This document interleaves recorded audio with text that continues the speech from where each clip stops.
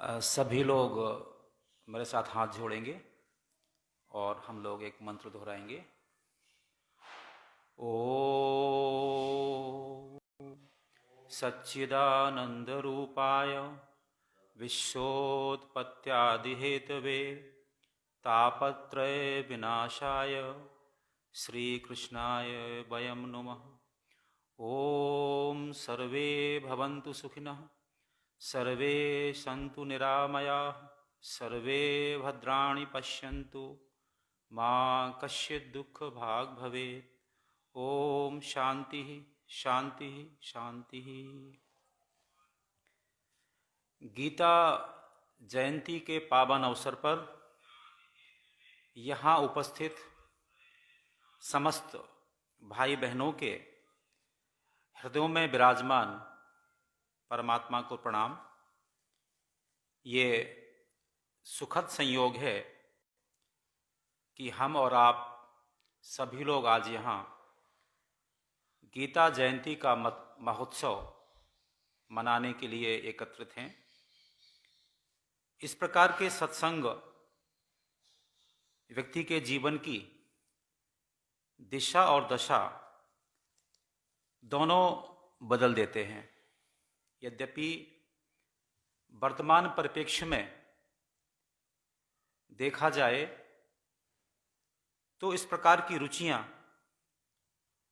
बहुधा बहुत घट गई हैं, फिर भी एक क्रम कभी टूटने नहीं चाहिए, सतत चलते रहने चाहिए। विगत वर्ष हमारे अपने कुछ स्वजनों ने हमें प्रेरित किया कि हम आप सब बैठ करके गीता जयंती का महोत्सव यहाँ मनाएं।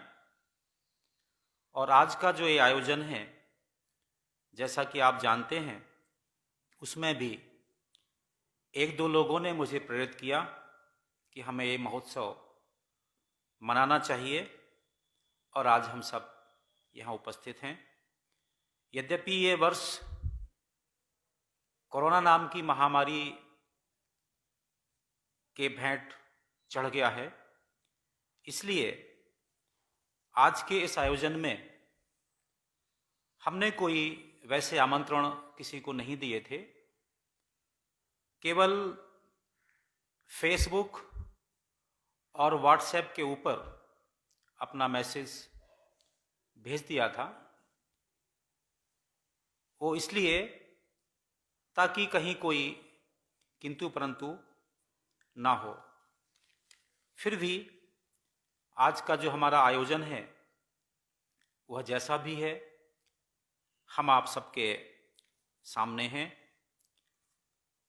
आज जो वर्तमान परिप्रेक्ष्य में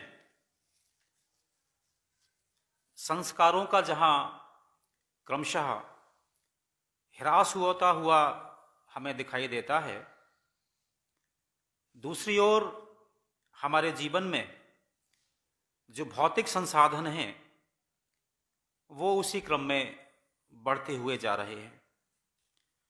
हम लोग जब विचार करते हैं, आज से 20 वर्ष पहले, 25 वर्ष पहले या उसके और पूर्व, हमारे पास संसाधनों का निश्चित रूप से अभाव था, किंतु जो लोगों का संस्कार पक्ष है वह बड़ा सबल था। उसके पीछे जो मूल कारण है वो ये कि कहीं ना कहीं हम आप सबके घर परिवार सत्संगों के माध्यम से जुड़े हुए थे। हम आप सबको स्मरण होगा, इस पूरे बुंदेलखंड क्षेत्र में अधिकांश परिवारों में दैनंदिन रामायण पाठ करने का क्रम था, परंपरा थी। कहीं ना कहीं जब इस प्रकार के क्रम चलते हैं तो उनका प्रभाव समाज पर पड़ता ही है। आज लोग भले ही ये बहाना करते हैं कि उनके पास समय नहीं है, किंतु समय जहां उनकी जैसी रुचि है उसके लिए उनके पास पर्याप्त समय है। हम देखते हैं लोग फेसबुक और व्हाट्सएप के ऊपर घंटों चैट करते हैं, या जो अन्य मनोरंजन के साधन हैं उनका लोग भरपूर उपयोग करते हैं, और जहां आध्यात्मिक सत्संग की बात आती है वहां लोगों के पास बहाना मिल जाता है कि उनके पास समय की बहुत बड़ी कमी है। खैर, हम लोग आज गीता जयंती महोत्सव मनाने के लिए यहाँ एकत्रित हैं।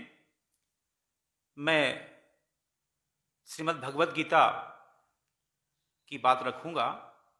उसके पहले 4 मिनट की भूमिका, और भूमिका के बाद हम लोग अपने मूल विषय पर यहाँ आएंगे। मैं एक बात स्पष्ट कर देना चाहता हूँ कि जो भगवत गीता है भगवान श्री कृष्ण के श्रीमुख से निश्चित वाणी है, वह हम सबके लिए परम कल्याणकारी है। और जो जो हमारे जीवन में किंतु परंतु होते हैं, प्रश्न होते हैं, उन सभी प्रकार के प्रश्नों को हम आप सबकी ओर से अर्जुन ने पूछा और उनका यथा योग्य समाधान भगवान श्री कृष्ण ने दिया। मैं अपनी बात करूं कि केवल गीता का जो अध्ययन बहुत लंबे समय से क्रमशः चलता आ रहा है, उसमें जो उसका मूल भाव है वह मेरी समझ में मुझे लगता है कि आ गया है। कदाचित जो देववाणी है संस्कृत, उसका मुझे उतना ज़्यादा समुचित ज्ञान नहीं है।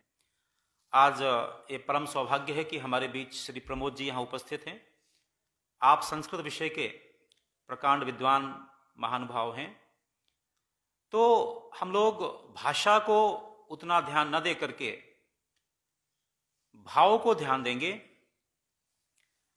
मैं कहना ये चाहता हूं, हमारे संसार में जितने भी जीव हैं, हम लोग कहते हैं, ऐसा हमारी मान्यता है कि 84 लाख योनियां हैं।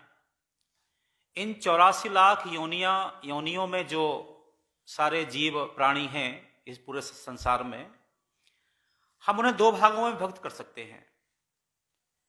एक भाग को हम कहेंगे भोग योनि और एक को हम कहेंगे कर्म योनि। इस 84 लाख जो योनियां हैं उसमें से केवल और केवल मनुष्य ही ऐसा है जो कर्म योनि के अंतर्गत आता है। बाकी सारे के सारे जीव भोग योनि के अंतर्गत आते हैं।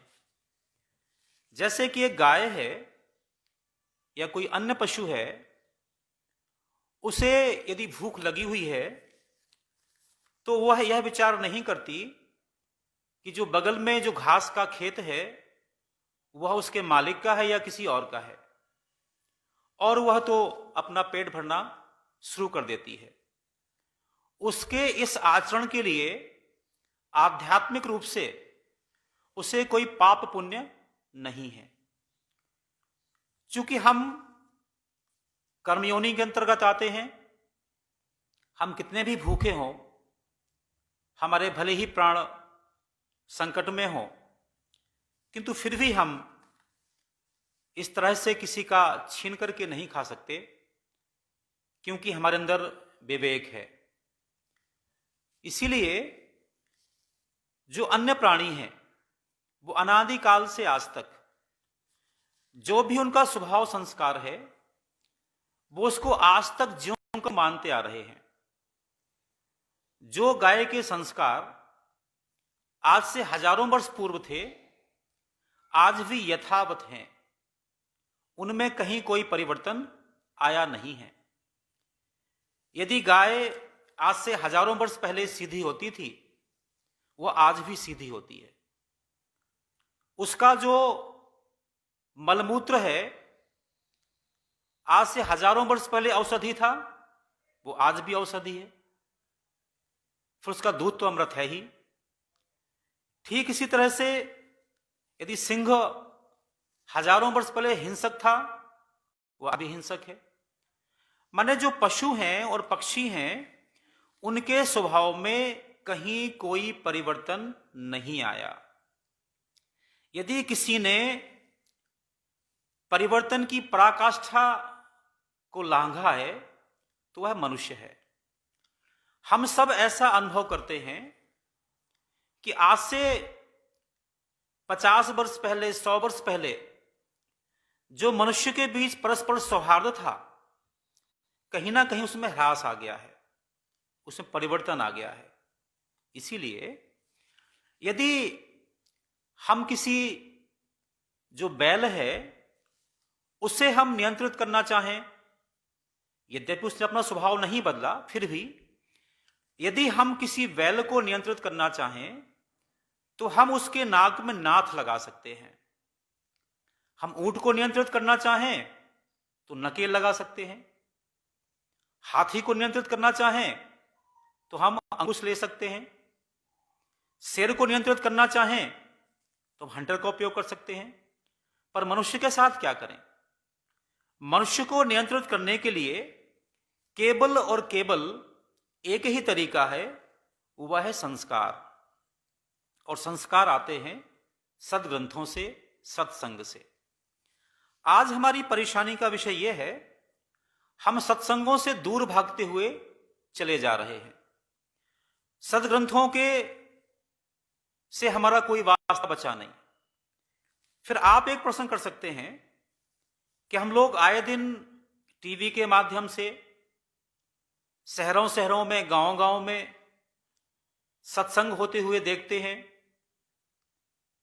तो क्षमा कीजिए, मैं कहूंगा वह सत्संग है ही नहीं, वह केवल एक मनोरंजन मात्र है।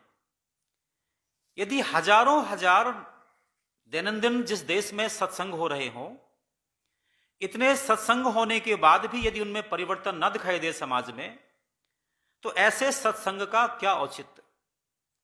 विज्ञान में एक परिभाषा है कि हम काम किसे कहते हैं।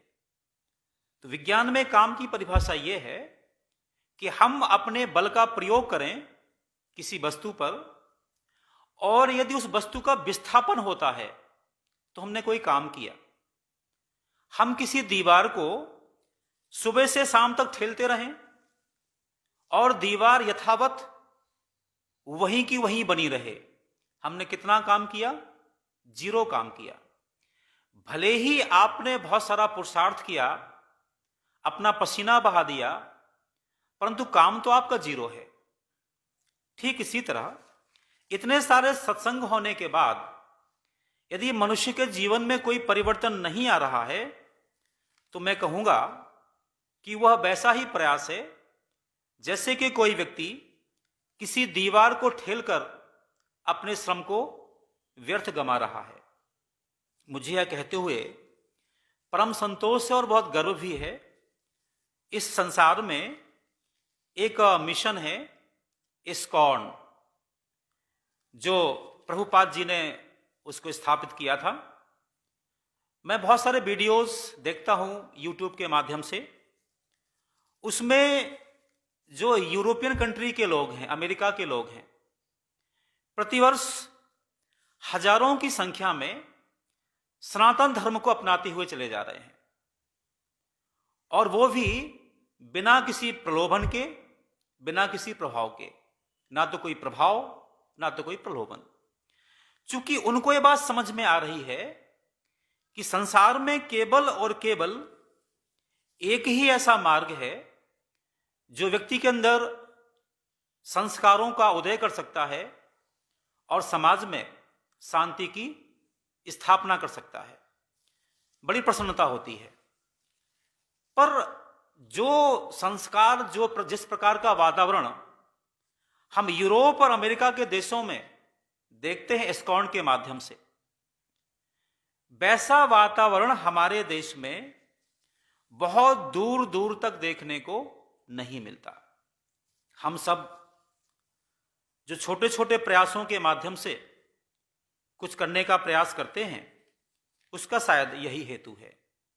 आज यहाँ जितने लोग भी उपस्थित हैं वो तो हैं ही, बाकी हम फेसबुक में जो लाइव यह कार्यक्रम चला रहे हैं उसके माध्यम से भी जो भी महानुभाव मुझे देख रहे हों और सुन रहे हों, उनसे भी निवेदन है कि वे भी मेरी बात को सुन करके उसको मनन करें, चिंतन करें, और यदि मेरी बात उनके जीवन को संवारने वाली हो, सजाने वाली हो, तो उसे जरूर आत्मसात करें। आज जो मूल विषय को लेकर हम यहाँ बैठे हैं, हमारे मित्र राजेश जी गुप्ता जो यहाँ उपस्थित हैं, इनकी आध्यात्म में अत्यंत रुचि है और हम लोग प्रायः यहाँ बैठ करके शाम को सत्संग करते हैं, कुछ चर्चा करते हैं।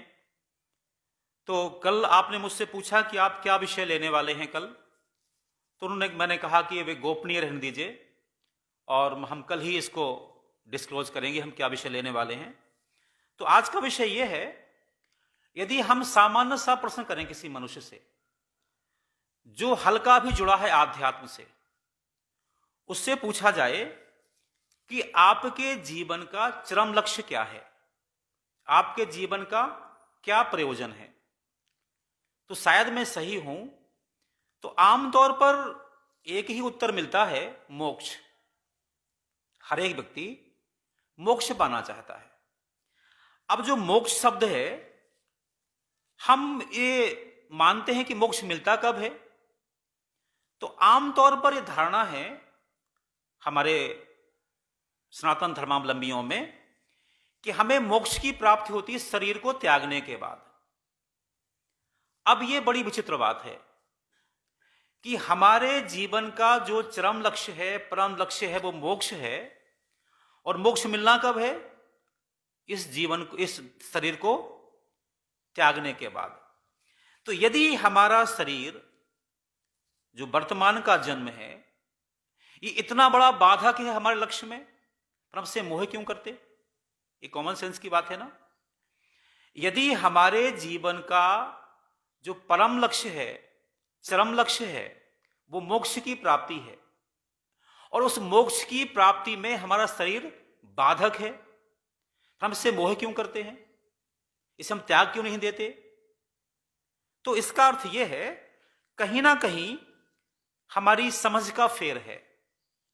समझ का फेर यह है, भगवान श्री कृष्ण श्रीमद् भगवद गीता में ही कहते हैं, जातस्य ही ध्रुवो मृत्यु ध्रुवम जन्म मृतस्य च। जिसका जन्म हुआ है उसकी मृत्यु निश्चित है, और जिसकी मृत्यु है उसका जन्म निश्चित है। पर भैया मोक्ष कहां मिलने वाला आपको? यदि शरीर के त्यागने को हम मोक्ष कहते हैं या शरीर के त्यागने के बाद हमें मोक्ष मिलता है, और भगवान कृष्ण कहते हैं कि यदि आपका आज जन्म हुआ है तो मृत्यु निश्चित है, और मृत्यु हुई है तो जन्म निश्चय है।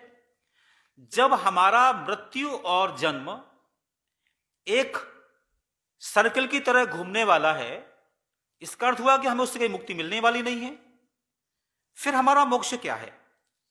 तो मोक्ष माने हैं अज्ञानता से निवृत्ति।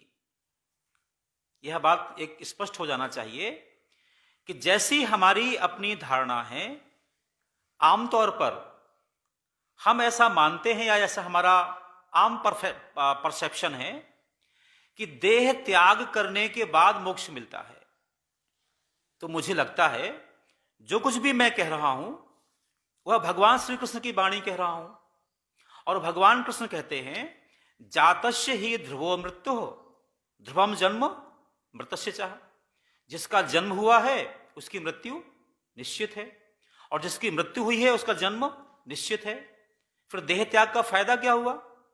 उसका कोई फायदा नहीं हुआ।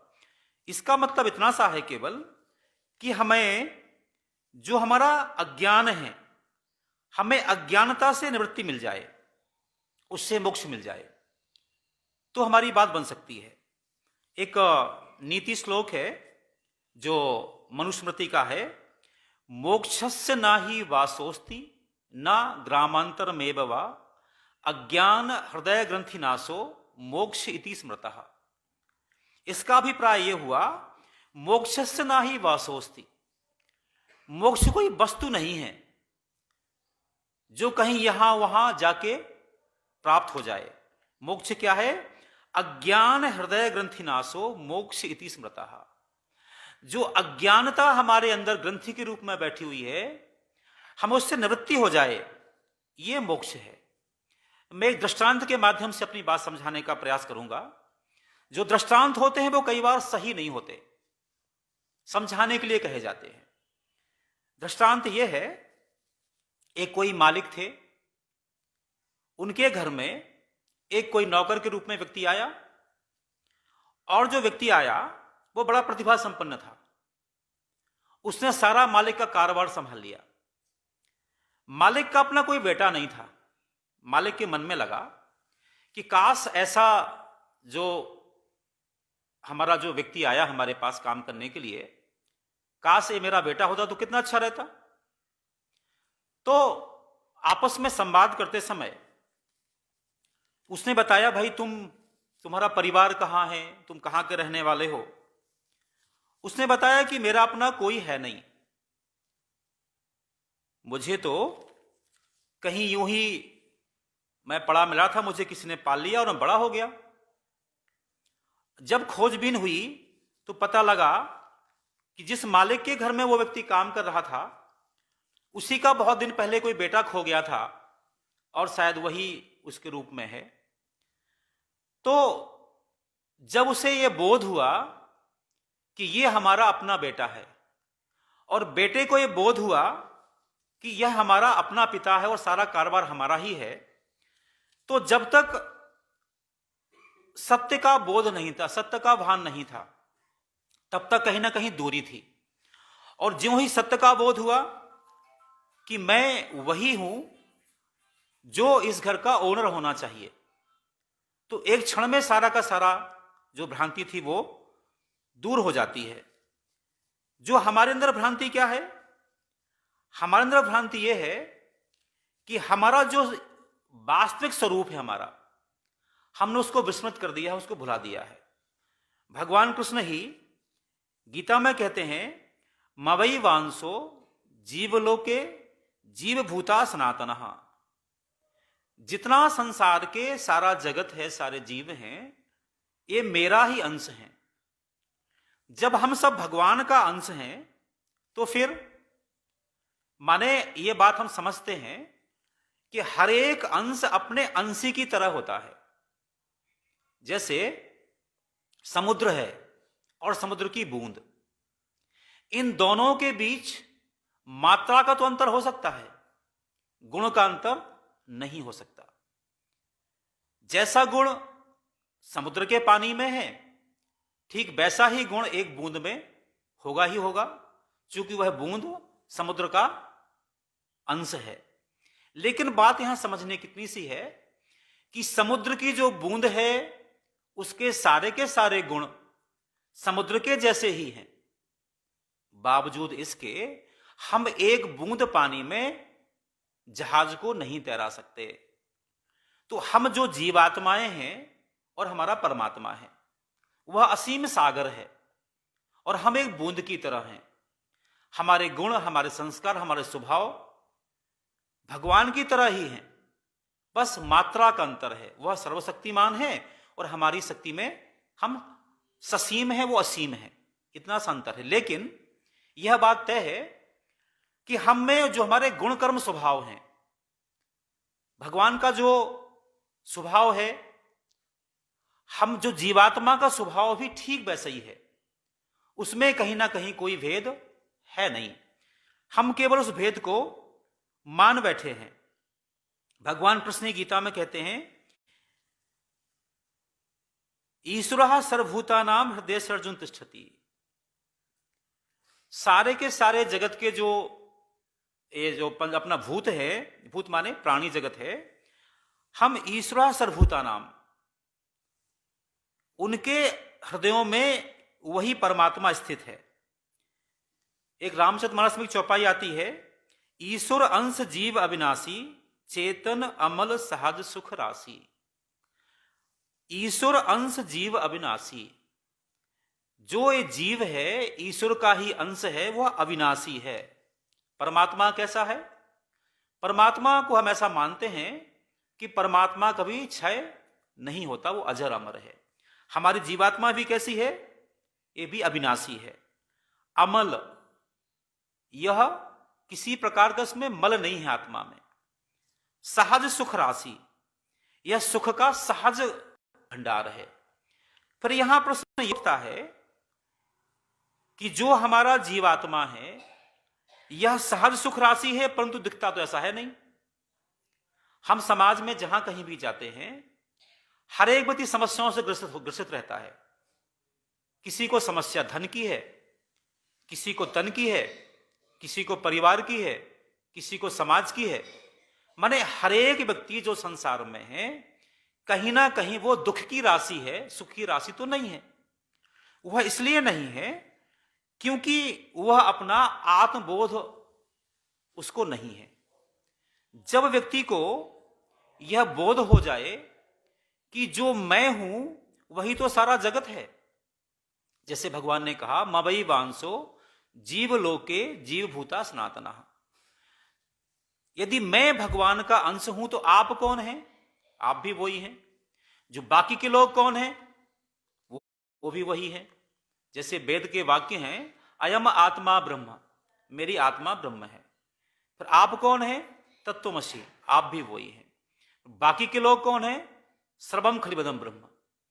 बस यही बात समझने की आवश्यकता है कि जब हमें यह बोध हो जाए कि सारा जगत मेरा ही तो प्रतिरूप है, और जब सारा जगत मेरा प्रतिरूप है, फिर आपके अंदर स्पर्धा की भावना नहीं आएगी, सामंजस्य की भावना आ जाएगी।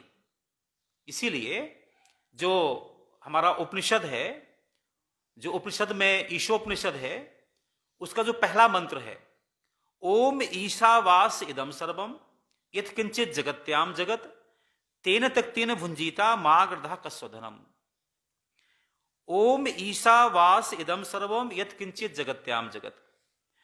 जगत में जो किंचित मात्र भी हमें दिखाई देता है वह सब का सब भगवान से समव्याप्त है, या भगवान का है, या भगवानमय है।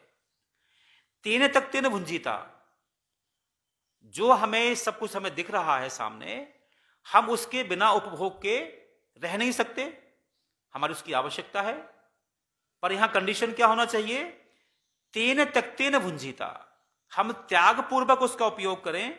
मां गृधा कस्वधनम, चूंकि हमें जानते हैं हम जो संपत्ति सारे जीवन संग्रह करते रहते हैं, एक दिन ऐसा सबके जीवन में आता है वो सारी की सारी संपत्ति यहीं रखी रहती है और आप यहां से चले जाते हैं। माने आज तक ऐसा कोई व्यक्ति नहीं हुआ संसार में जो अपने द्वारा अर्जित की गई संपत्ति को अपने साथ लेकर के कहीं परलोक गया हो। फिर क्या है? फिर हमें इस बात को समझना है कि हमें केवल उतने संसाधनों की आवश्यकता है जितने में कि हमारा काम चल जाए। अब आप कल्पना करिए, दुख की राशि क्या है? ये संसार दुखमय क्यों हो जाता है?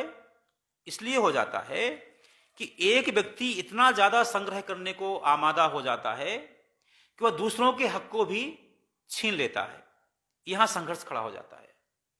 यदि कोई व्यक्ति गीता का उपासक हो जाए, सनातन धर्म का उपासक हो जाए, वेदांत को मानने वाला हो जाए, और उसके मन में बोध आ जाए कि जो संसार का में हमें दिखाई दे रहा है यह सबका सब सबके लिए है, केवल मेरे लिए नहीं है। यहां एक बात और समझना है, कोई कितना ही बड़ा से बड़ा आदमी क्यों ना हो, वह उतना ही अन्न खाता है जितना गरीब आदमी खाता है। फिर आपने तो संग्रह क्यों कर लिया? तो यदि संग्रह की प्रवृत्ति हमारी घट जाए, माने जो संसार में संसाधन भगवान ने हमें दिए हैं, यह सारे संसाधन सारे संसार के लिए हैं, यदि ये भाव व्यक्ति के अंदर आ जाए तो शायद वह सुखी हो जाए, जो सुखी की राशि बन सकता है वो। अब यहां एक बात समझना है, जो भगवान कृष्ण कहते हैं ईश्वरः सर्वभूतानां हृदयेषु तिष्ठति। माने जो परमात्मा है, जिस परमात्मा को ढूंढने के लिए मनुष्य पहाड़ों में, गुफाओं में, कंदराओं में, पता नहीं कहां कहां जाता है, पता नहीं कहां कहां ढूंढता फिरता है। और परमात्मा कौन है? वो ईश्वरः सर्वभूतानां हृदय सर्जुन तिष्ठति। हम सारे मनुष्यों के हृदयों में विराजमान परमात्मा ही परमात्मा है। और भगवान कृष्ण कहते हैं अर्जुन से, जो ये परमात्मा हम सबके अंदर बैठा हुआ है, तमेव शरणम गच्छ सर्वभावेन भारत, उसकी ही शरण में जाओ सब प्रकार की भावनाओं को लेकर। त्वत्प्रसादात् परम शांतिम स्थानम प्रापसि शाश्वतम। व्यक्ति चाहता क्या है? उसे शाश्वत शांति मिल जाए, शाश्वत सुख मिल जाए। वो कब मिलेगा? वो ये मिलेगा। इस बात को समझना बहुत आवश्यक है। जो परमात्मा प्रत्येक मनुष्य के हृदय में विराजमान है, और भगवान कृष्ण अर्जुन से कहते हैं तमेव शरणम गच्छ, उसकी ही शरण में जाओ, सर्वभावेन भारत, हर प्रकार की भावना को लेकर। शरण में जाने का मतलब क्या हुआ? हमें किसी के पैरों को पकड़ने की आवश्यकता बिल्कुल नहीं है। शरण में जाने का मतलब यह हुआ कि हम दूसरों की संवेदनाओं का सम्मान करना सीख जाएं। जिस दिन हम परमात्मा के विराट स्वरूप का दर्शन इस जगत में करना शुरू कर दें तो क्या हो जाएगा? तो प्रसादात परम शांतिम, हमें तत्काल परम शांति मिल जाएगी, जिस शांति की हम खोज में घूमते हैं। स्थानम प्रपश्य शाश्वतम, हम चाहते क्या? इस मोक्ष जिसे कहते हैं शाश्वत हमें स्थान मिल जाए। वो कैसे मिलेगा? वो ऐसे मिलेगा कि अभी तक हमारी वृत्ति क्या है? हम परमात्मा को ढूंढते हैं मंदिरों में, हम परमात्मा को ढूंढते हैं पहाड़ों में, हम परमात्मा को ढूंढते हैं गुफाओं में। और जो परमात्मा सबसे निकट आपके पास है, माने आपके हृदय में ही बैठा हुआ है, जो आपके परिवार के स्वजन प्रियजन है उनके हृदय में बैठा हुआ है, माने आप जब अपनी आंख खोलते हैं तो जितने पशु हैं, जितने पक्षी हैं, जितने वृक्ष हैं, जितनी नदियां हैं, सब परमात्मा का ही तो स्वरूप है। यही परमात्मा का विराट स्वरूप है। तो ये जो बात है ये हमें समझनी है। फिर अगला श्लोक आता है, भगवान कहते हैं, अब यहां एक बात और स्पष्ट है। अर्जुन चूंकि एक मनुष्य का प्रतीक है और कृष्ण जो है भगवान का प्रतीक है। जैसे मैंने पूर्व में कहा, हम भगवान का अंश होने के बाद भी हम ससीम हैं, भगवान असीम है। तो कई बार जो ससीम होता है वो असीम को सामान्य भाषा से समझ नहीं पाता है। जब भगवान ने कृष्ण से कहा कि जो परमात्मा सारे जगत में है तुम उसकी शरण में ही जाओ, शायद यहां उसे कंफ्यूजन हुआ। वो श्लोक है 18वें अध्याय का 62वां श्लोक। तब उन्हें दोबारा श्लोक बोलना पड़ा, जो 66वां श्लोक है 18वें अध्याय का, सर्वधर्मान् परित्यज्य माम एकम शरणं व्रज अहम त्वाम सर्वपापेभ्यो मोक्षयिष्यामि मा शुचा। फिर भगवान को यह कहना पड़ा सर्वधर्मान् परित्यज्य। जो यहां धर्म का मतलब हिंदू धर्म, मुस्लिम धर्म, ईसाई धर्म नहीं है। यहां धर्म का अभिप्राय है कर्तव्य, क्योंकि ऐसी हमारी मान्यता है और जो इतिहास वेदता है उनकी भी ऐसी मान्यता है कि लगभग जो गीता हमारी भगवत गीता है उसका जो प्रादुर्भाव हुआ था लगभग 5000 वर्ष हो गए, ऐसा मान्यता है। तो उस समय तो कोई दूसरे धर्म थे ही नहीं। हम बौद्ध धर्म की बात करें, हम जैन धर्म की बात करें, हम इस्लाम की बात करें, हम क्रिश्चियन की बात करें, इनकी सबकी उम्र कितनी है? मुझसे 2500 वर्ष पूर्व, माने 5000 वर्ष पहले केवल एक और केवल एक ही धर्म था, वो था सनातन धर्म। इसलिए वो कहते हैं सर्वधर्मान् परित्यज्य। यहां धर्म का अभिप्राय है व्यक्ति का कर्तव्य। माम एकम शरणं व्रज, तुम मेरे ही शरण में आ जाओ। अहम त्वाम सर्वपापेभ्यो मोक्षयिष्यामि मा शुचा, मैं तुम्हें सारे पापों से मोक्ष दे दूंगा, मुक्ति दे दूंगा। यहां भी जो मोक्ष शब्द है, मैंने कल परसों देखने का प्रयास किया भगवत गीता में कि मुझे मोक्ष विषय पर अपनी बात रखनी है। तो मोक्ष को लेकर भगवान ने कहां कहां चर्चा की है।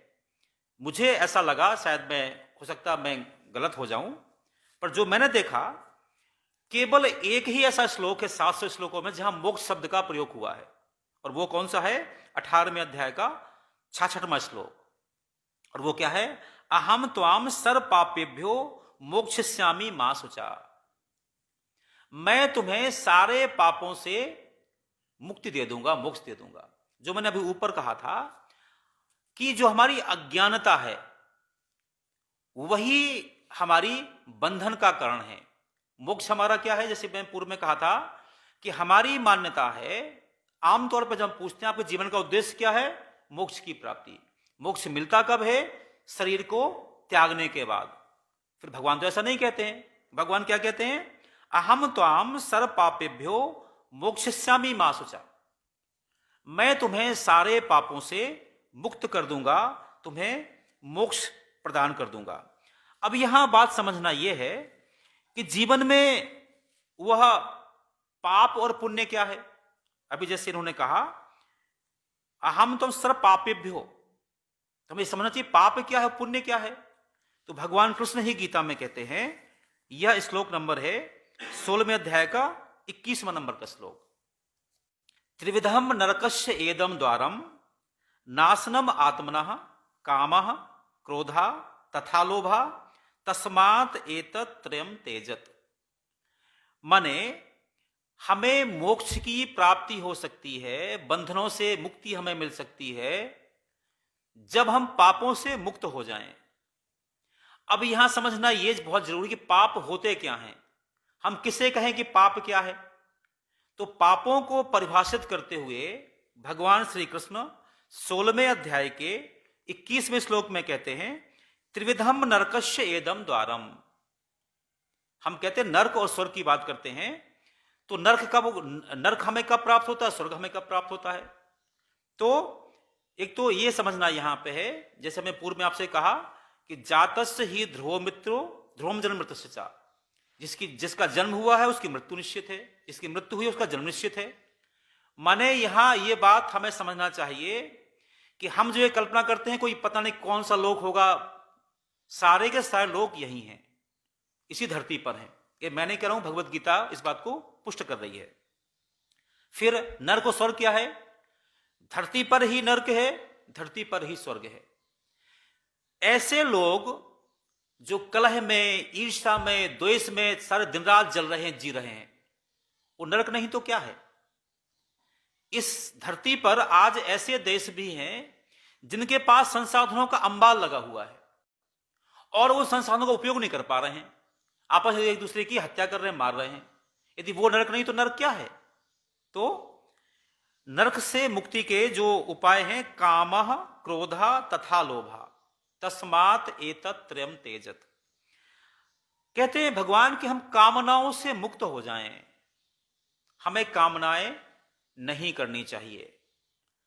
अब हम जब कोई कामना करते हैं तो हमें उसके लिए मोह प्राप्त हो जाता है। हमने कामना की कि ये जो मोबाइल बहुत अच्छा मोबाइल है, हमारे मन में कामना उत्पन्न हुई तो क्या होगा? हमें अंदर क्या हो जाएगा?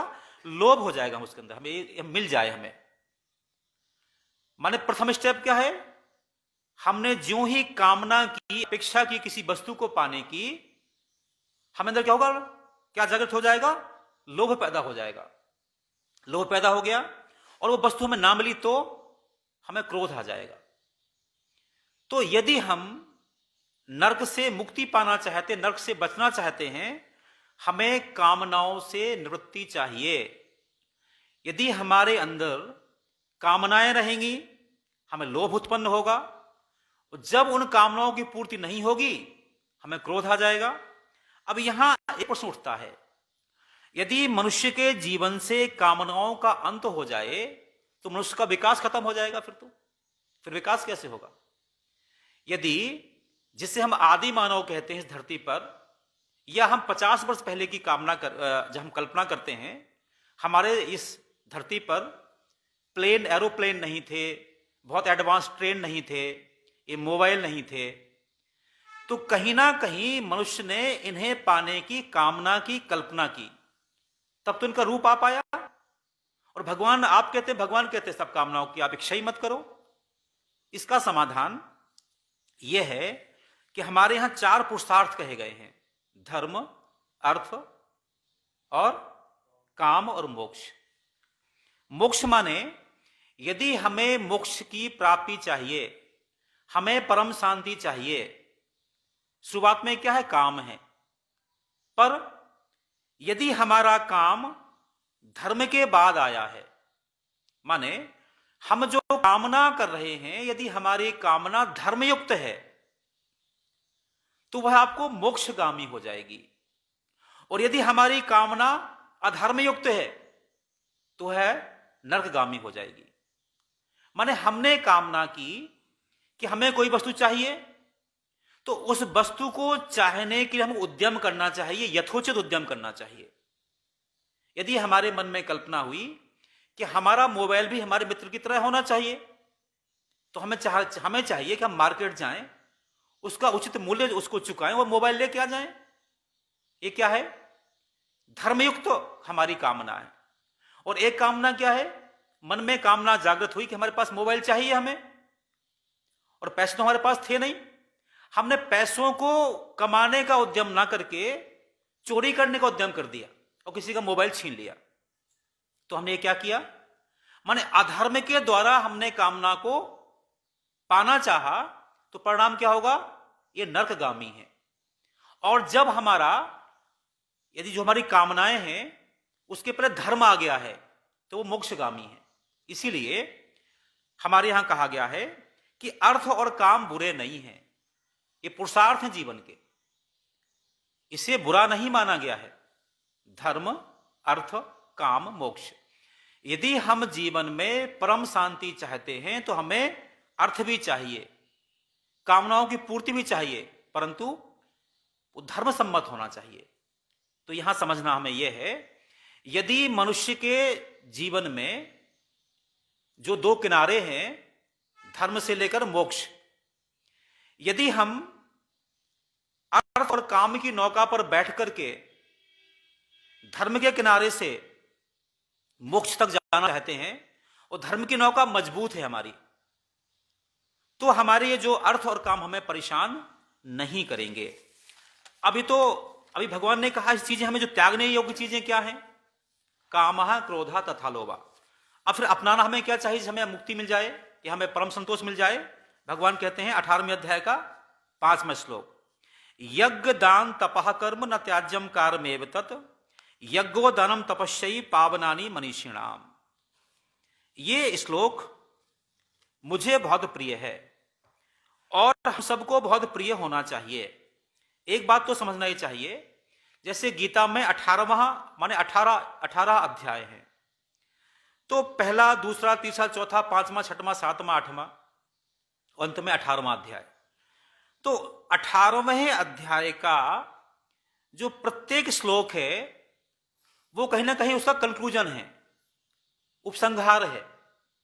तो यज्ञ दान तपः कर्म न त्याज्यम कार्यमेव तत्, हमें यज्ञ, दान और तप इनको नहीं त्यागना चाहिए। यज्ञो दानम तपस्यैव पावनानि मनीषिणाम, यज्ञ, दान और तपस्या ही मनुष्यों को पावन बनाती है। अब समझना हमें चाहिए यज्ञ क्या है, दान क्या है और तप क्या है। इसको समझने के लिए यज्ञ वो है किसी मनुष्य के द्वारा किया गया ऐसा कोई भी कार्य जिसमें उसका भी हित होता हो, साथ ही साथ समाज का हित भी होता हो, ऐसे समस्त कार्य यज्ञ कहलाते हैं। यज्ञ माने केवल हम आहुति डालें उतना यज्ञ नहीं है। जैसे ज्ञान यज्ञ होता, ये ज्ञान यज्ञ हो रहा है यहां बैठ करके, तो यज्ञ से अभिप्राय ऐसा है कि मनुष्य के द्वारा किया गया ऐसा प्रत्येक कर्म जिसमें उसके अपने हित के साथ ही साथ समाज का हित भी जुड़ा हुआ हो, उसे कहते हैं यज्ञ। ये यज्ञ हम सबको करना परम आवश्यक है। फिर आता है दान। ये दान क्या है? दान वो है यदि हमारे पास कोई वस्तु बहुतायत में है, उसका हमारे लिए कोई उपयोग नहीं है, अच्छा क्या हम किसी और को दे दें जिसका उसका सदुपयोग हो सके, ये दान है। फिर आता है तप। ये तप बहुत महत्वपूर्ण है। तप क्या है? तप वो है कोई वस्तु हमारे पास है, हमें भी उसकी आवश्यकता है, किंतु हमसे भी ज्यादा उस वस्तु की आवश्यकता हमारे सामने वाले को है। यदि जो वस्तु हमारे पास है हमें उसकी आवश्यकता है, किंतु हमसे भी ज्यादा आवश्यकता उस वस्तु की किसी और व्यक्ति को है और उस अवस्था में आप वह वस्तु किसी को दे देते हैं, यह तप है। तो यदि किसी का जीवन यज्ञ से, दान से और तप से, इन 3 गुणों से सुशोभित है, तो वह मनीषी बन जाता है, ऋषि बन जाता है, महर्षि बन जाता है। यह जो समझने की बात है। तो यहां पर जो 2 बातें मैंने कही हैं, इन बातों को मैं दोबारा अंडरलाइन करना चाहता हूं। यदि कोई मनुष्य अपने जीवन को सुखमय बनाना चाहता है तो उसे 3 बातों का त्याग करना पड़ेगा: कामः, क्रोधः तथा लोभः। हमें हमारी ऐसी कामनाओं को त्यागना होगा जिनकी पूर्ति के लिए हमें अधर्म का सहारा लेना पड़े, और हमें 3 ऐसे गुणों को अपनाना पड़ेगा जो धर्म सम्मत हैं, जो धर्म कहलाते हैं। वो क्या है? यज्ञ, दान, तप और कर्म, ये धर्म है। इसको पुनः समझ लीजिए। यज्ञ से अभिप्राय ऐसे काम से है जिस काम से आपके भले के साथ ही साथ औरों का भी भला हो जाए। आपने कुआं खोदा, आपको पानी की आवश्यकता थी, तो आपका तो उससे भला हो ही रहा है, पर उस कुएं से 4 लोग यदि और पानी भर लेते हैं, वो यज्ञ हो गया। आपने कुआं खोदा, खुद पानी पी लिया, औरों को पानी नहीं दिया जब उनको आवश्यकता थी, अधर्म हो गया। तो यज्ञ माने आपने जो काम किया है उससे आपका भला तो हुआ ही हुआ है, उसके साथ ही साथ औरों का भला भी हो रहा है, ये हमारा यज्ञ कहलाता है। और दान माने वो है जो वस्तु हमारे पास एक्सिस में है, हमें उसकी आवश्यकता नहीं है, हमारे पास रखी रखी वो सड़ रही है, गल रही है, उसका उपयोग नहीं है, अच्छा क्या है हम किसी और को हम दे दें, वो ये क्या है? दान है। और सबसे महत्वपूर्ण तप है। ये तप क्या है? तप आम तौर पर आम आदमी नहीं कर पाता, और जो करता है वो ऋषि बन जाता है। ऋषि यही तो करते हैं। ऋषि वो काम करते हैं कि हम सबको अपना जीवन चलाने के लिए अस्थि मज्जा की आवश्यकता होती है, पर जब देवताओं ने एक ऋषि से कहा कि आपको अपना जीवन बचाने के लिए ठीक है, आपको इस चाहिए, आपका जो हड्डियां चाहिए हैं, पर आपसे भी बड़ा काम हमें इस जगत को बचाने के लिए चाहिए है, उन्होंने वो दान कर दिया। उन्हें क्या कहते हैं? दधीची। तो जब हम जगत के भले के लिए अपनी वस्तु भी किसी को जो हमारे लिए आवश्यक है, परम आवश्यक है, हम दान कर देते हैं, हम ऋषि बन जाते हैं। तो तप महत्वपूर्ण यह है कि ऐसी वस्तु जिस वस्तु की आपको परम आवश्यकता है, पर जब आप विचार करते हैं इस वस्तु की जितनी मुझे आवश्यकता है इससे भी कहीं ज्यादा आवश्यकता सामने वाले को है, और आप उस अवस्था में उससे मोह ना करके उसको दान कर देते हैं, वो क्या बन जाता है? तप बन जाता है। ये मैंने अपनी बात की। अब मैं यहां पर बात ये कहना चाहता हूं कुछ श्लोकों के माध्यम से। हर एक ग्रंथ का अपना एक उद्देश्य होता है, और जब तक हम उसके उद्देश्य को नहीं समझते हम उस ग्रंथ के साथ न्याय नहीं कर पाते। मैं हमेशा कहता हूं, मैं कल ही राय जी से बात कर रहा था, जैसे रामचरितमानस है या भगवत गीता है, इस भगवत गीता में जितने 700 श्लोक लिखे गए हैं, उन 700 श्लोकों का प्रत्येक श्लोक का एक ही अर्थ होगा, 2 अर्थ भी नहीं हो सकते। क्योंकि भगवान कृष्ण ने जो गीता का प्रकटीकरण अर्जुन के लिए किया, उनका उद्देश्य क्या था? उद्देश्य था कि एक व्यक्ति अपने कर्तव्य से हट रहा था और हमें उस कर्तव्य पर खड़ा करना था उसको। तो भगवत गीता के प्रत्येक श्लोक का एक ही अर्थ होगा, जिस अर्थ से भगवान श्री कृष्ण के उद्देश्य की पूर्ति होती हो। पूर्ति क्या है? एक ऐसा व्यक्ति जो किम कर्तव्य विमूढ़ हो गया है। और कब हो गया है? कोई भगवान कृष्ण नहीं कहा था तुम युद्ध करने चले जाओ। सारी की सारी परेशानियों के बाद अर्जुन ही गया था उनको मनाने के लिए कि हमारे आप सारथी बन जाइए, हमारा साथ दीजिए।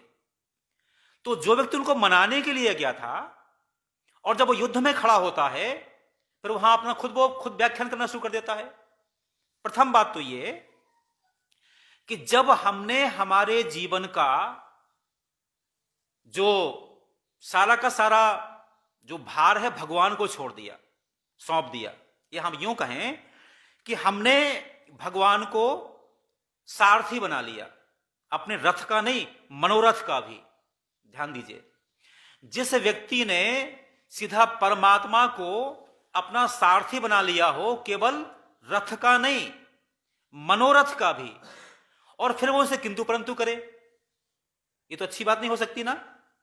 तो जब हम ऐसे सत्संग में बैठे हुए हैं तो यहां पर जो बात कही जा रही है वो भगवत गीता से कही जा रही है। तो जैसा मैंने पूर्व में कहा कि भगवत गीता के प्रत्येक श्लोक का केवल एक और एक ही अर्थ हो सकता है, दो अर्थ हो ही नहीं सकते। यदि हम भगवत गीता के एक श्लोक के 50 अर्थ निकालते हैं तो यह केवल हमारी अकल का अजीर्ण के अलावा और कुछ हो नहीं सकता, और श्रोताओं का यह वेस्टेज ऑफ टाइम हो सकता है। तो यहां पर मैं जो कह रहा था कि जिस व्यक्ति ने अपने न केवल रथ का बल्कि मनोरथ का सारथी भगवान कृष्ण को बना लिया हो और वह फिर उनसे किंतु परंतु करता है। किंतु परंतु क्या करता है? प्रथम बात तो यह है कि हम हमारे जो आदरणीय लोग रहते हैं उन्हें आदेश नहीं देते, निवेदन करते हैं। जब दोनों सेनाएं आमने सामने खड़ी होती हैं, मैं सेनाओं की बातें इसलिए कर रहा हूं कि भगवत गीता का जो प्राकट्य हुआ है वो युद्ध क्षेत्र में हुआ है, युद्ध के बीच हुआ है। जब दोनों सेनाएं आमने सामने खड़ी होती हैं वहां प्रथम तो जो अर्जुन है कृष्ण कहते हैं कि मेरे रथ को दोनों सेनाओं के बीच में स्थापित करो, आदेश देता है। उसके बाद फिर क्या कहता है? मेरा शरीर कांप रहा है, जो सामने खड़े हैं वो स्वजन परिजन हमारे हैं, कोई गुरु है कोई है, हम उनको कैसे मारेंगे? और जो अपनी बात है, जो सेंटेंस उसका लास्ट सेंटेंस कहता है वो अहो बत महत्पापम कर्तुम व्यवस्थता वयम यत राज सुखलेवेन लोभेन हंतुम स्वजन मुद्दता। अहो बत महत्पापम कर्तुम व्यवस्थता वयम, हम कितने महान पाप को करने के लिए उद्यत हैं। यहां पर यत राज सुखलेवेन, केवल राज्य के सुख के लोभ के लिए, हंतुम स्वजनम उद्यता, स्वजनों को मारने के लिए उद्यत हैं। तो प्रथम बात तो जैसे यह है कि युद्ध का आवाहन किसने किया? भगवान कृष्ण तो किया नहीं, वो शांति दूत बन के गए थे वहां पर। वो किसने किया? आपने किया। आप उनको मना के लाए, फिर आप यहां उनको उपदेश दे रहे हो। माने जब अर्जुन की इस प्रकार की मनोदशा भगवान कृष्ण ने देखा, इस मनोदशा को देखने के बाद उन्हें अनेकानेक श्लोकों को कहना पड़ा। कब तक कहना पड़ा? जब तक कि अर्जुन ने ये नहीं कह दिया नष्टो मोहा स्मृति लब्ध्वा त्वत्प्रसादात् मयच्युत स्तोस्मि गत संदेहा कृष्ये वचनम तब। माने जो व्यक्ति मना के भगवान कृष्ण को युद्ध लड़ने के लिए लाया था, जब वही कृम कर्तव्य विमूढ़ हो गया और वह तब भगवान कृष्ण ने, जैसे मैंने पूर्व में कहा, वो रथ के नहीं बल्कि मनोरथ के भी सारथी थे। और वो सिद्ध कब हुआ? जब उसने कह दिया करश्ये वचनम तब, आप जो कहेंगे मैं वही करूंगा। तब तक भगवान कृष्ण को गीता के अनेकानेक श्लोकों को बोलना पड़ा। यह अर्जुन के द्वारा कहा गया अंतिम श्लोक है गीता का। गीता ने प्रथम श्लोक क्या कहा? जो मैंने पूर्व बोला आपको, मैं स्वजनों को मारने के लिए उद्यत हूं, हम उद्यत हैं। और अंत में क्या कहा? कृष्ये वचनम तब। अभिप्राय इतना सा हुआ कि जो भगवत गीता है इन दो श्लोकों के बीच की पूरी धारा है। ये दो तट हैं। ये तट क्या है? जब तक कोई व्यक्ति जो आपकी शरण में आ गया है और वो अपने कर्तव्य से च्युत हो गया है, कर्तव्य यहां पर क्या है? उस समय अर्जुन क्या था? एक सैनिक था। जैसे अभी आपने सुना होगा, रूस में भगवत गीता को लेकर के वहां के सुप्रीम कोर्ट में केस दायर किया गया कि जो भगवत गीता है ये तो युद्ध की बात सिखाती है, ये तो इससे हिंसा होती है। फिर वहां जो हमारे इस्कॉन के ही जो अनेक अनेक विद्वान लोग हैं वहां प्रस्तुत किया कि ये युद्ध के बीच में शांति स्थापित कैसे हो, उसकी बात हो रही है। सारे संसार में जो युद्ध जैसा वातावरण तैयार है, उस युद्ध में शांति कैसे हो जाए, ये उसकी कहानी है। फिर उसको वहां मान्यता प्राप्त हुई। और आपको सुनकर बड़ी खुशी होगी, आज भगवत गीता के सर्वाधिक फॉलोअर्स लोग रूस में हैं। ये बात है। तो मैं आपसे कहना चाहता हूं कि जब तक अर्जुन ने ये नहीं कह दिया करस्य वचनम, तब यहां मैं कह रहा था हर एक व्यक्ति का अपना एक कर्तव्य होता है। सैनिक का कर्तव्य क्या है? यदि कोई सैनिक सीमा पर खड़ा हुआ है और यदि वह हत्या की बात गिनना काउंट करना शुरू कर दे कि मैंने 5 विरोधी पक्ष के जो सैनिकों को मार दिया, इससे तो हत्या लग जाएगी, तो वो तो सब काम खत्म हो जाएगा। माने जो आपका अपना कर्तव्य है, उस कर्तव्य का निर्वहन यदि आप करते हैं तो वही आपका पुण्य है। तो अभी मैंने पूर्व में आपसे कहा कि जो 2 श्लोक हैं, जो भगवत गीता का श्रोता है, श्रोता जब अपने पद से विचलित हो गया, जब तक उसने ये नहीं कह दिया करस्य वचनम, तब तक भगवान कृष्ण उसके हर प्रश्न का उत्तर देते रहे। और भगवान कृष्ण ने पहला श्लोक क्या बोला और लास्ट के श्लोक क्या बोला? माने ऐसे किम कर्तव्य विमूढ़ व्यक्ति को जो शुरू में किंतु परंतु कर रहा था और बाद में उसने कह दिया करस्य वचनम, तब तो भगवान कृष्ण ने पहला श्लोक क्या कहा और लास्ट श्लोक क्या कहा, उसकी बात समझ में आ गई। बीच में तूने बहुत सारे श्लोक बोले। उन्होंने पहला श्लोक कहा कुतस्त्वाकस्मल विदम विस्मय समुपस्थितम अनार्जुष्टम असृग्यम अकीर्तिकरम अर्जुन। कुतस्त्वाकस्मल विदम विस्मय समुपस्थितम। इस विषम समय में जब दोनों सेनाएं आमने सामने खड़ी हैं, युद्ध के लिए शंखनाद हो चुका है, ऐसे विषम समय में तुम्हारे अंदर एक कसमय जो अपना ये मैल कैसे आ गया? अनार्जुष्टम, जो आर्यों को शोभा नहीं देता, अस्वर्ग्यम, ये स्वर्ग को देने वाला भी नहीं है और आपको कीर्ति को देने वाला भी नहीं है। माने शुरुआत भगवान कृष्ण यहां से करते हैं और अंत में कहां करते हैं? अंत करते हैं जो मैं पूर्व में श्लोक बोल चुका हूं, सर्वधर्मान परित्यज्य माम एकम शरणं व्रज अहम त्वां सर्वपापेभ्यो मोक्षयिष्यामि मा शुचा। ये भगवान कृष्ण के द्वारा गीता में कहा गया अंतिम श्लोक है। माने जो व्यक्ति आपका शरणागत हो गया है, जो आप पर आश्रित हो गया है, यदि वह किम कर्तव्य विमूढ़ है तो उसे हिलाते डुलाते हुए, उसको फटकारते हुए, और यदि आप उस पर इतना विश्वास दिला पाते हैं कि वो सर्वधर्मान परित्यज्य माम एकम शरणं व्रज, तुम सारे के सारे जो तुम्हारे दिमाग में किंतु परंतु आ गए हैं, इनको त्यागते हुए केवल और केवल मेरी बात करो। अब मेरा काम क्या है? भगवान का अवतार क्यों होता है धरती पर? यदा यदा हि धर्मस्य ग्लानिर्भवति भारत अभ्युत्थानम् धर्मस्य तदात्मानं सृजाम्यहम्। अभिप्राय क्या हुआ? हम धरती पर धर्म की स्थापना के लिए यदि कोई पुरुषार्थ करते हैं तो ये भगवत कार्य में सहायता दे रहे हैं। और धर्म क्या है जो मैं पूर्व में आपको बोला? यज्ञ दान तपः कर्म। माने यदि हमारे जीवन में यज्ञ, दान और तप, ये 3 मंत्र आत्मसात हो गए हैं तो हम क्या कर रहे हैं?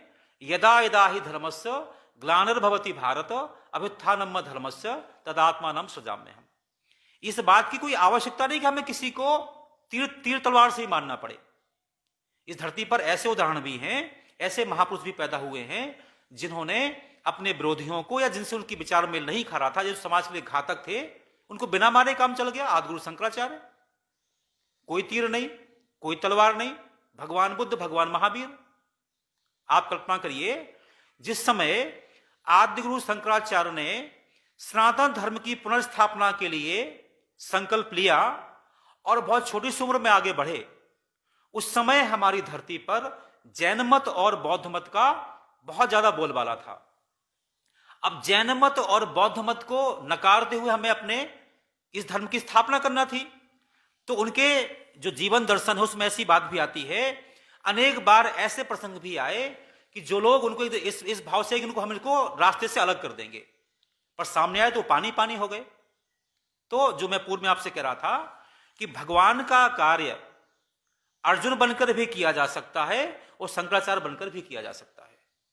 उद्देश्य क्या हो, जो अर्जुन ने यदि तीर उठाना पड़ा उसको, तब कब उठाना पड़ा उसको, उसके मन में भी भावना थी, वो यज्ञ ही कर रहा था, क्योंकि उसके कर्म में उसका स्वार्थ तो था ही था, पर जगत का स्वार्थ भी था। क्योंकि जो अन्य लोग उस समय हो गए थे वो इतने आताताई हो गए थे कि धरती के लिए वो समस्या बन गए थे। तो ऐसी अवस्था में अर्जुन का कर्तव्य बिल्कुल ठीक था, वो यज्ञ दान और तप ही था। ठीक इसी तरह से जो आदिगुरु शंकराचार्य जी हैं उनका काम भी ठीक वैसा ही था।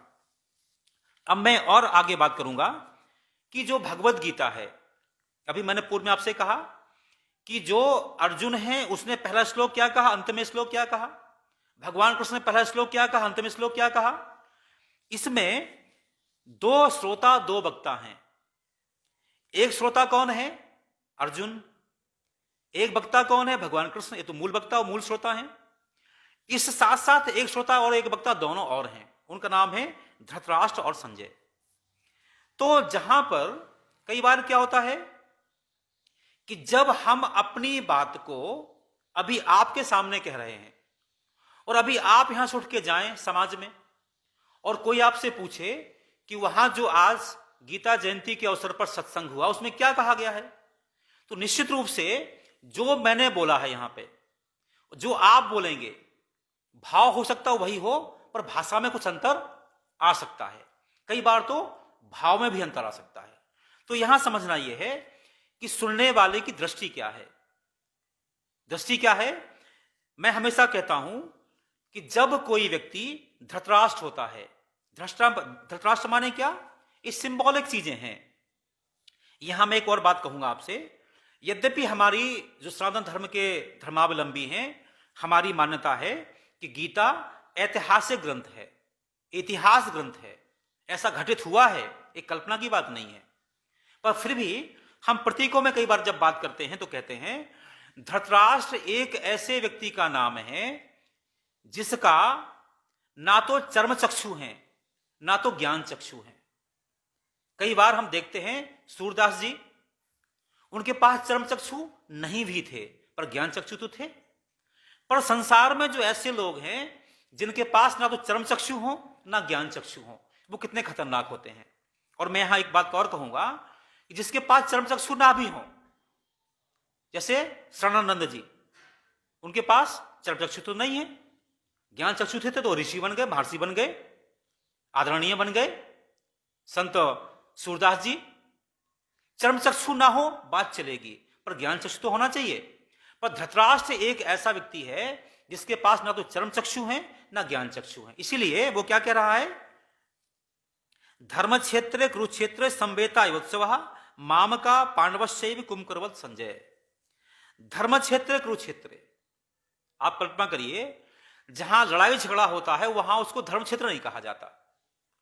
जहां कलह की बातें हो, ईर्ष्या की बातें हो, द्वेष की बातें हो, वो धर्म क्षेत्र कैसे कहेंगे। उन्हें बोलना चाहिए था युद्ध क्षेत्र, ऐसा तो नहीं कहा।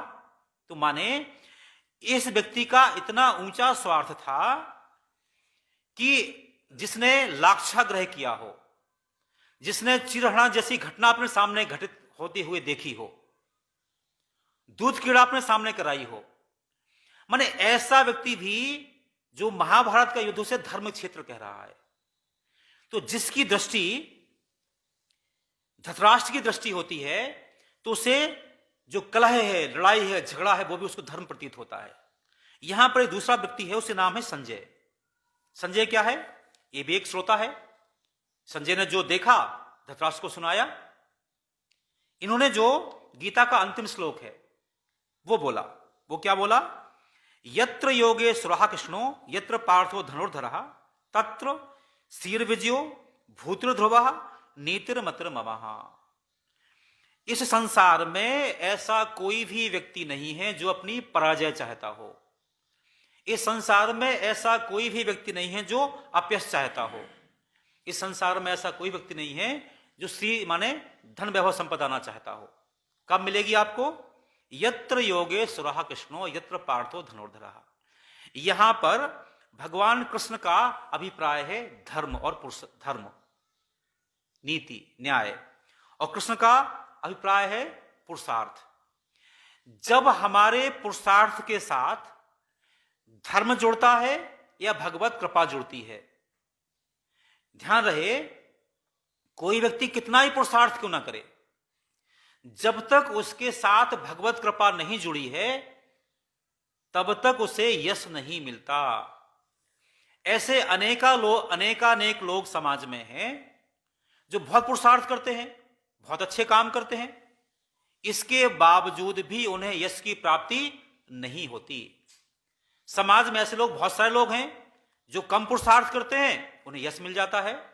तो हमें समझना यह है कि जब तक आपके द्वारा किए गए पुरुषार्थ में भगवत कृपा का संयोग नहीं है, तब तक ना तो आपको विजय मिलेगी, ना तो आपको यश मिलेगा, और ना तो आपको कीर्ति मिलेगी।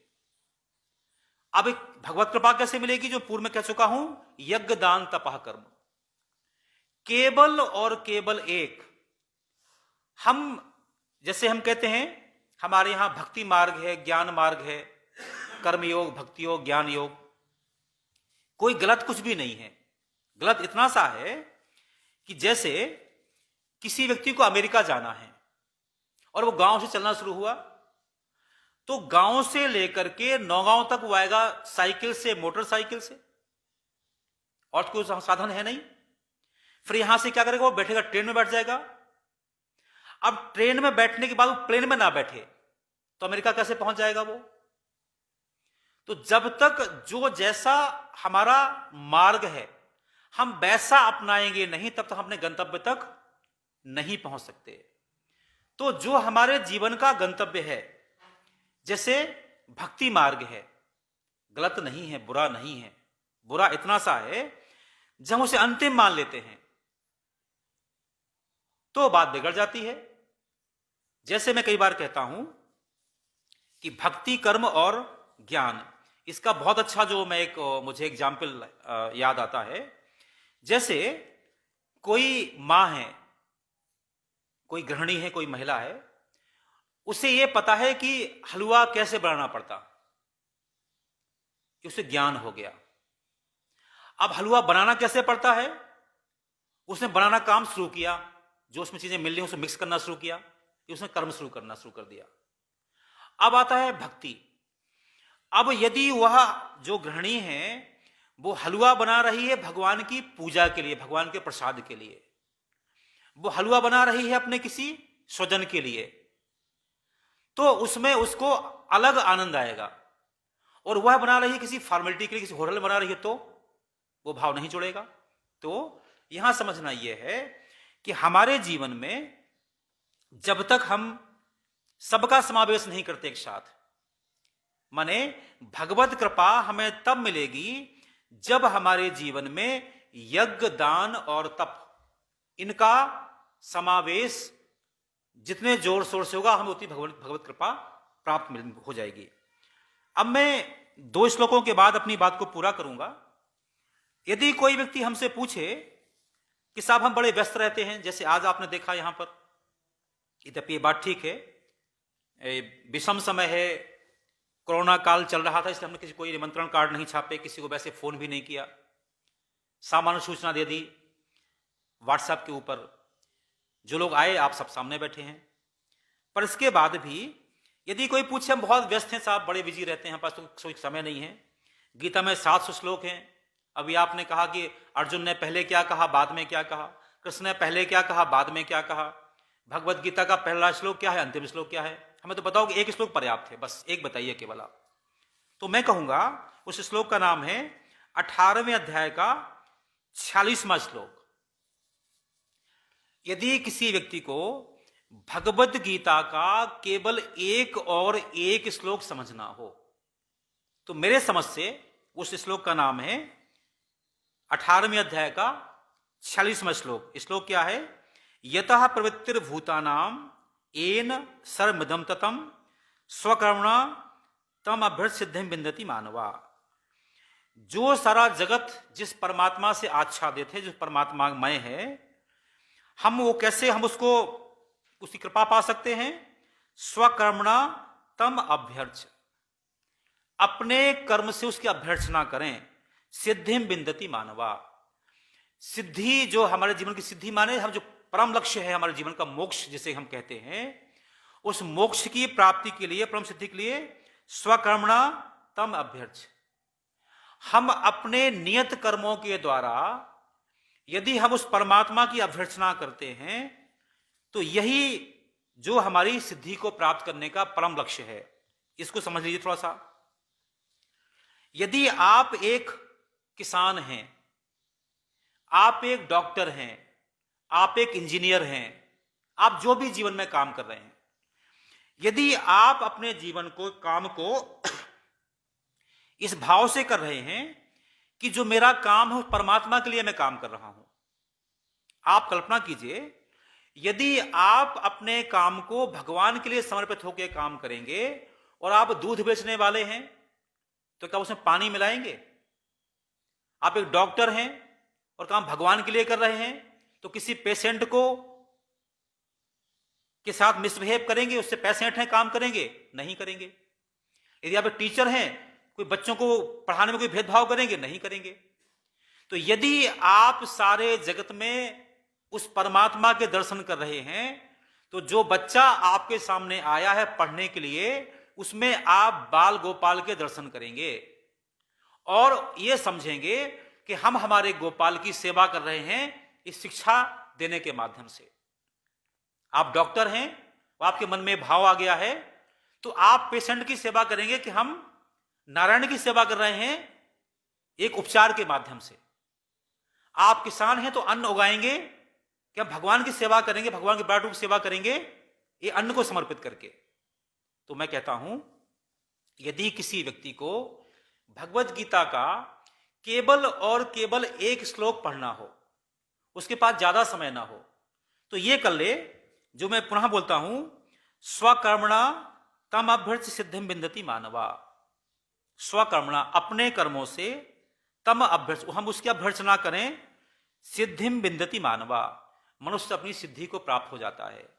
तो हम सबके जीवन में यदि हम चाहते हैं कि हमें भगवत कृपा मिले, हम भगवान के प्रिय हो जाएं, तो एक ही तरीका है, हमें परमात्मा ने जो काम सौंपा है, कोई काम छोटा बड़ा नहीं होता।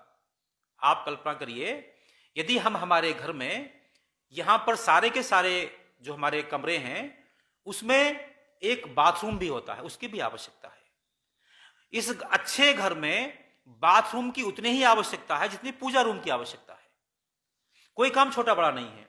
इसीलिए मैं इस श्लोक के समर्थन में एक श्लोक और बोलता हूं, जो उसके आगे वाला श्लोक है, श्रेयांश स्वधर्मो विगुणः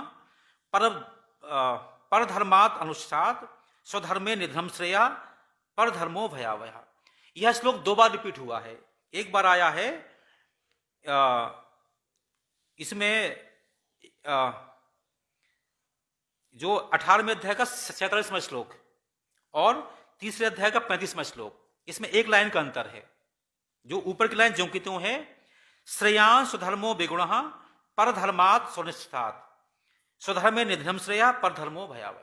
इसका मतलब क्या हुआ? अभी आपसे मैंने कहा कि जो परमात्मा ने आपके लिए काम नियत किया है, एक बात तो आप समझ लीजिए कि परमात्मा ने काम नियत किया है, इसका अभिप्राय हुआ यहां क्या जो लोग हमारे सामने उपस्थित हैं, कोई व्यक्ति ऐसा कह सकता है कि आपका जन्म आपकी मर्जी से हुआ? क्या आप में से कोई व्यक्ति ऐसा कह सकता है कि आपकी मृत्यु आपकी मर्जी से होगी? क्या आप में से कोई व्यक्ति ऐसा कह सकता है कि जो आप चाहते हैं कल वही होगा? नहीं होगा। भगवान जो चाहते हैं वो हो जाता है। ऐसा मैं हमेशा उदाहरण दिया करता हूं। हमारे देश के एक बड़े फेमस मंत्री थे, गोपीनाथ मुंडे चुनाव जीते, मंत्री बने। मंत्री बनने के बाद जा रहे थे अपने वहां माला पहनने के लिए। रास्ते में एक्सीडेंट हुआ और उनका वहां जो उनको माला पहनना थी वो मृत शरीर उनका पहुंचा, वहां पे देह पहुंची उनकी वहां पे। इसका मतलब ये हुआ कि जो परमात्मा ने आपको काम सौंपा है आपको वही काम करना पड़ेगा। हम में से प्रत्येक व्यक्ति नरेंद्र मोदी नहीं बन सकता। इसलिए मैं आपसे कहता हूं, हमें विचार करें, जब हमारा जन्म हमारी मर्जी से नहीं हुआ, हमारी मर्जी से हमारी मृत्यु नहीं होने वाली है, हमारी मर्जी से हमारे भाई बहन नहीं बने। क्या आपने तय किया था मेरी बहन जो ऊपर से उतर के वो बनेगी, मेरा भाई वो बनेगा? ऐसा तो हुआ नहीं। जब आपकी मर्जी से सारे काम नहीं हुए फिर आप क्यों पीछे पड़े हो? फिर क्या है? स्वधर्मे निधर्म से या पर धर्मो भयावया। हम क्या करते हैं? औरों से तुलना हमेशा करते रहते हैं, अपने काम को ठीक से नहीं करते हैं। इसका भाव यह हुआ, परमात्मा ने जो आपको काम सौंपा है, हम एक शिक्षक हैं, हम एक डॉक्टर हैं, हम एक इंजीनियर हैं, हम एक किसान हैं, हम एक व्यापारी हैं, हम क्या हैं जीवित समाज में, हम जो भी हैं, यदि हम हमारे काम को परमात्मा के द्वारा दिया गया काम समझ करके और सारे जगत को परमात्मा मान के उसकी हम सेवा करते हैं, यही गीता का परम लक्ष्य है, परम ध्येय है। तो आज जो गीता जयंती का पावन अवसर है, उसमें पिछले वर्ष भी हमने यहां पर एक छोटा सा सत्संग किया था। आज हमने एक कार्यक्रम शुरू किया था 4:15 बजे और अब हो रहा है 5:30।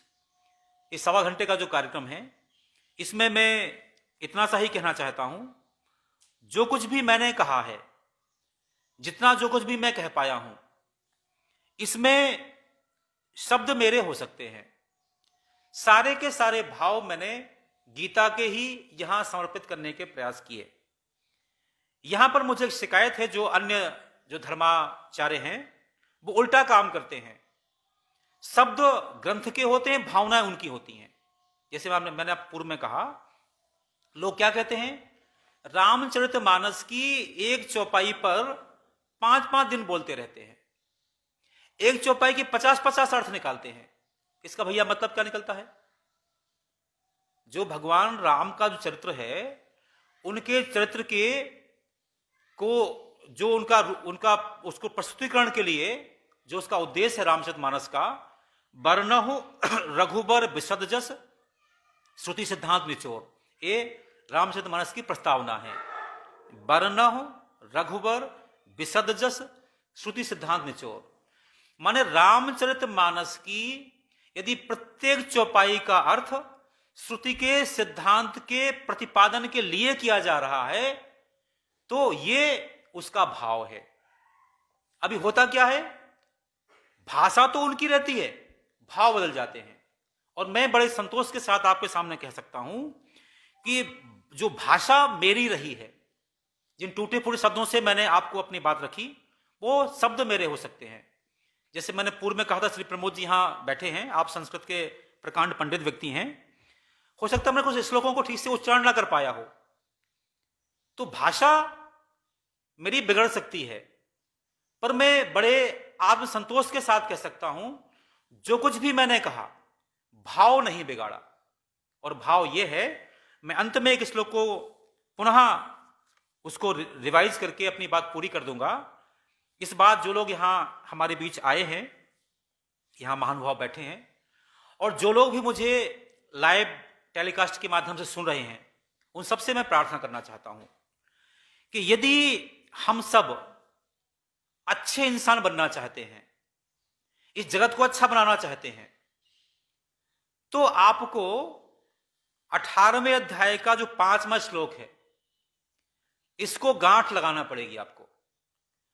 चूंकि हम चाहते हैं यदि समाज बहुत अच्छा हो जाए, सुबह करना पड़ेगी आपको। अभी हमारी समस्या क्या होती है, सारी शिकायतें होती हैं पड़ोसी से, सारी शिकायतें होती हैं औरों से। आप क्या कर रहे हो, इसकी चिंता हम कभी नहीं करते। तो यदि हम चाहते हैं कि हमारा जीवन धन्य हो जाए, हमारा जन्म धन्य हो जाए, हम समाज को धन्यता प्रकट करें, तो ये जो श्लोक मैं पुनः कहता हूं, यज्ञ दान तपः कर्म न त्याज्यम कार्यमेव तत् यज्ञो दानम तपस्यैव पावनानि मनीषिणाम। हम मनुष्य से, मानव से महामानव बन सकते हैं, महामानव से देव मानव बन सकते हैं, और देव मानव से ब्रह्म बन सकते हैं। ये सुविधा केवल हमारे यहां है। अन्य धर्मों में क्या होता है, वहां आपको ब्रह्म बनने की छूट नहीं है। और हमारा धर्म क्या कहता है, दमंगी से कहता है अयम आत्मा ब्रह्म। आप कौन है, तत्त्वमसि। सब कौन है, सर्वम खलुइदं ब्रह्म। तो हम यदि प्रत्येक को, हम परमात्मा का रूप तो वैसे भी हैं, पर सचमुच हम जीवंत परमात्मा देखना चाहते हैं। एक होता है जीवित, एक होता है जीवंत। ये दो शब्द और समझ लीजिए, जीवित और जीवंत। जीवित क्या है, हमारा शरीर चल रहा है, हम खा रहे हैं, पी रहे हैं, कुछ काम भी कर रहे हैं, ये जीवित होना है। और जीवंत होना क्या है, यदि हमारी प्रेजेंस समाज को अनुभव हो कि हम समाज में रह रहे हैं। वो कब हो सकती है, जब हम अपने जीवन में इन तीन शब्दों को अंगीकार कर लेते हैं। यहां पर मैं आपसे प्रार्थना करता हूं, हमारे यहां ऐसी परंपरा है, जो व्यक्ति व्यास गद्दी पर बैठता है, यद्यपि आज का जो ये आयोजन है, एक विचार गोष्ठी है। आज सुबह पंकज जी ने कहा कि हम कुछ मालाएं मंगाएं, यहां पर इसको सजाएं। तो मैंने कहा हम इसे अनुष्ठान का स्वरूप ना दें, हम इसे विचार गोष्ठी का स्वरूप दें। और विचार गोष्ठी में क्या होता है, आपस में संवाद भी हो सकता है। कोई प्रश्न है तो उसका हम परस्पर संवाद कर सकते हैं। तो ये विचार गोष्ठी है केवल।